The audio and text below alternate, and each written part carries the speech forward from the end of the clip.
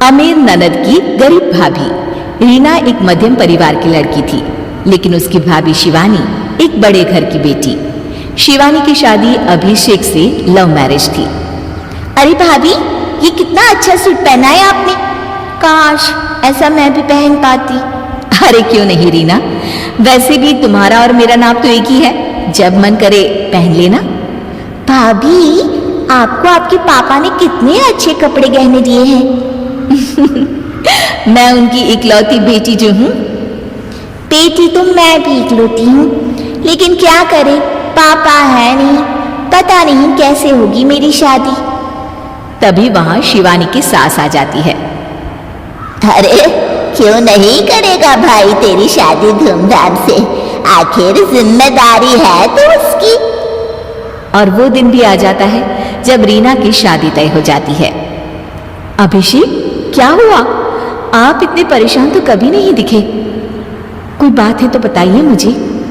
अरे शिवानी, वैसे तो शादी का सारा इंतजाम हो गया है, लेकिन गहनों का रेट तो आसमान छू रहा है।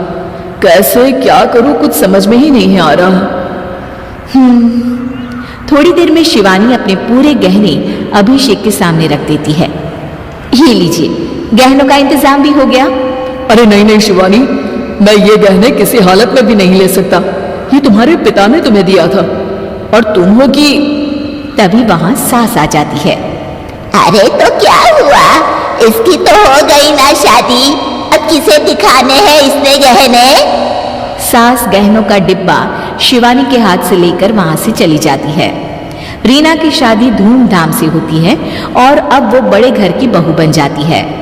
वहीं रीना की शादी के बाद शिवानी और अभिषेक उसकी शादी के कर्जों से डूब जाते हैं।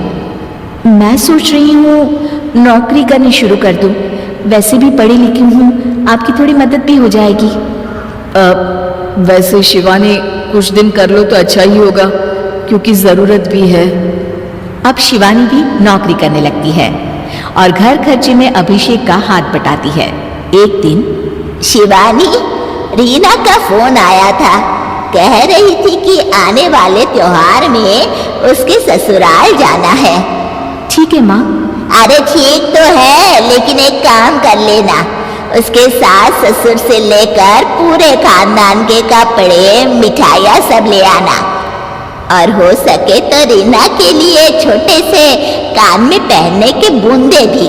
और क्या है ना, शादी में उसे सारी बड़ी बड़ी कान की ज्वेलरी दी थी, घर में पहनने के लिए तो उसके पास कुछ भी नहीं है। शिवानी सोच में पड़ जाती है कि वो क्या करे, क्योंकि कर्जों और घर के खर्चों के बाद तो पैसे बचते ही नहीं थे। शिवानी फिर अपने पिता को फोन करती है और उनसे पैसे मांगती है। देखो शिवानी, मैंने तुम्हें शादी के वक्त ही मना किया था कि ऐसे घर में शादी करनी ही नहीं चाहिए। अरे अभिषेक को शर्म आनी चाहिए जो ससुराल से पैसे मंगवा रहा है। शिवानी को पिता की बात पर गुस्सा आ जाता है। आप मेरे पिताजी हैं और मैं परेशान थी, इसलिए आपसे मदद की उम्मीद की पापा। अभिषेक को तो पता भी नहीं है कि मैंने आपसे पैसे मांगे हैं। शिवानी सोचती है कि वो अभिषेक से बात करे, लेकिन फिर उसे लगता है कि वो टेंशन ले लेगा। तभी शिवानी की नजर हाथ के कंगन पर पड़ती है। सीधे बाजार जाती है और उसे बेचकर ननद के घर ले जाने का सारा सामान लेकर आती है और सास के सामने रख देती है।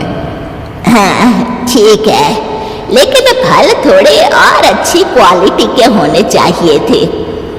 शिवानी कुछ नहीं कहती, वहां से चली जाती है। एक दिन शिवानी, रीना का फोन आया था, बहुत रो रही थी। क्यों माँ, क्या हुआ? सब ठीक तो है ना उसके ससुराल में? अरे तूने तो उसकी नाक ही कटवा दी। अब मैंने क्या कर दिया माँ?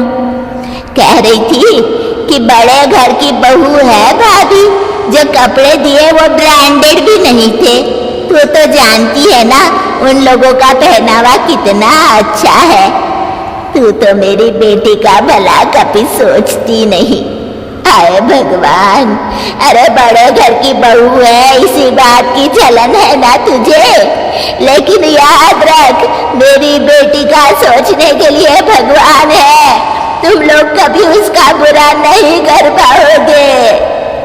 अब शिवानी के मन में सवाल था कि क्या ईश्वर सिर्फ रीना के साथ है, उसके साथ नहीं। लेकिन उसे सुकून था कि वो अभिषेक के साथ उसकी जिम्मेदारियों को निभाने में बराबरी की हकदार है। शिवानी वहां से चली जाती है। वो सास से कुछ नहीं कहती, क्योंकि अमीर घर की बहू बनकर रीना को भले ही सुकून ना हो, लेकिन गरीब घर की बहू बनकर शिवानी खुश है, क्योंकि खुशी पैसों से नहीं परिस्थितियों पर निर्भर करती है।